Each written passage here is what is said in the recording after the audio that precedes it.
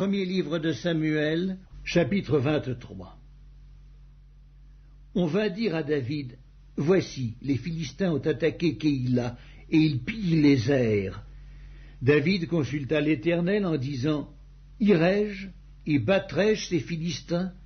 Et l'Éternel lui répondit, « Va, tu battras les Philistins, et tu délivreras Keïla. » Mais les gens de David lui dirent, « Voici, nous ne sommes pas sans crainte ici même en Juda. Que sera-ce si nous allons à Keïla contre les troupes de Philistins ?» David consulta encore l'Éternel, et l'Éternel lui répondit, « Lève-toi, descends à Keïla, car je livre les Philistins entre tes mains. » David alla donc avec ses gens à Keïla, et il se battit contre les Philistins. Il emmena leur bétail, et leur fit éprouver une grande défaite. Ainsi David délivra les habitants de Keïla. Lorsqu'Abiathar, fils d'Achimélec, s'enfuit vers David à Keïla, il descendit ayant en main l'éphod. Saül fut informé de l'arrivée de David à Keïla, et il dit, « Dieu le livre entre mes mains, car il est venu s'enfermer dans une ville qui a des portes et des barres. » Et Saül convoqua tout le peuple à la guerre, afin de descendre à Keïla et d'assiéger David et ses gens. David, ayant eu connaissance du mauvais dessein que Saül projetait contre lui, dit au sacrificateur Abiathar, « Apporte l'éphod. » Et David dit, « Éternel, Dieu d'Israël, ton serviteur apprend que Saül veut venir à Keïla pour détruire la ville à cause de moi. Les habitants de Keïla me livreront-ils entre ses mains? Saül descendra-t-il, comme ton serviteur l'a appris? Éternel, Dieu d'Israël, daigne le révéler à ton serviteur. » Et l'Éternel répondit, « Il descendra. » David dit encore, « Les habitants de Keïla me livreront-ils, moi et mes gens, entre les mains de Saül ?» Et l'Éternel répondit, « Ils te livreront. » Alors David se leva avec ses gens au nombre d'environ 600 hommes. Ils sortirent de Keïla et s'en allèrent où ils purent. Saül, informé que David s'était sauvé de Keïla, suspendit sa marche. David demeura au désert dans des lieux forts, et il resta sur la montagne du désert de Ziph. Saül le cherchait toujours, mais Dieu ne le livra pas entre ses mains.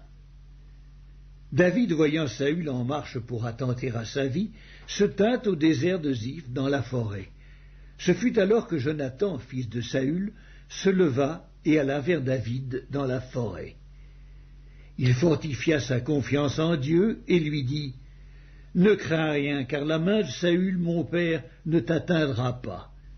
Tu régneras sur Israël, et moi je serai au second rang près de toi. Saül, mon père, le sait bien aussi. » Ils firent tous deux alliance devant l'Éternel, et David resta dans la forêt, et Jonathan s'en alla chez lui. Les Ziphiens montèrent auprès de Saül à Gibéa et dirent, « David n'est-il pas caché parmi nous dans des lieux forts, dans la forêt, sur la colline de Hakila, qui est au midi du désert?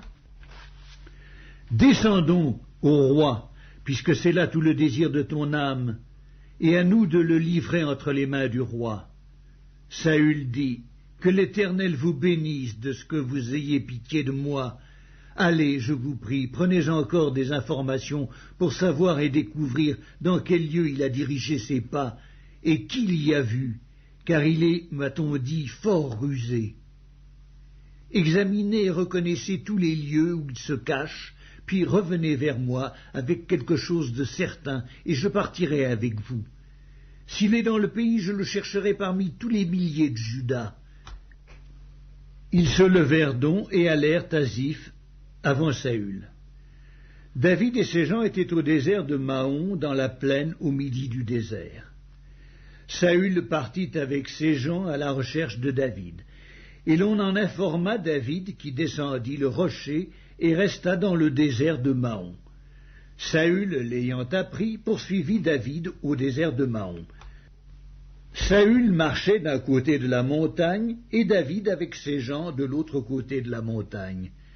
David fuyait précipitamment pour échapper à Saül, mais déjà Saül et ses gens entouraient David et les siens pour s'emparer d'eux, lorsqu'un messager vint dire à Saül « Hâte-toi de venir, car les Philistins ont fait invasion dans le pays. » Saül cessa de poursuivre David, et il s'en retourna pour aller à la rencontre des Philistins. C'est pourquoi l'on appela ce lieu Séla Hammashlékot.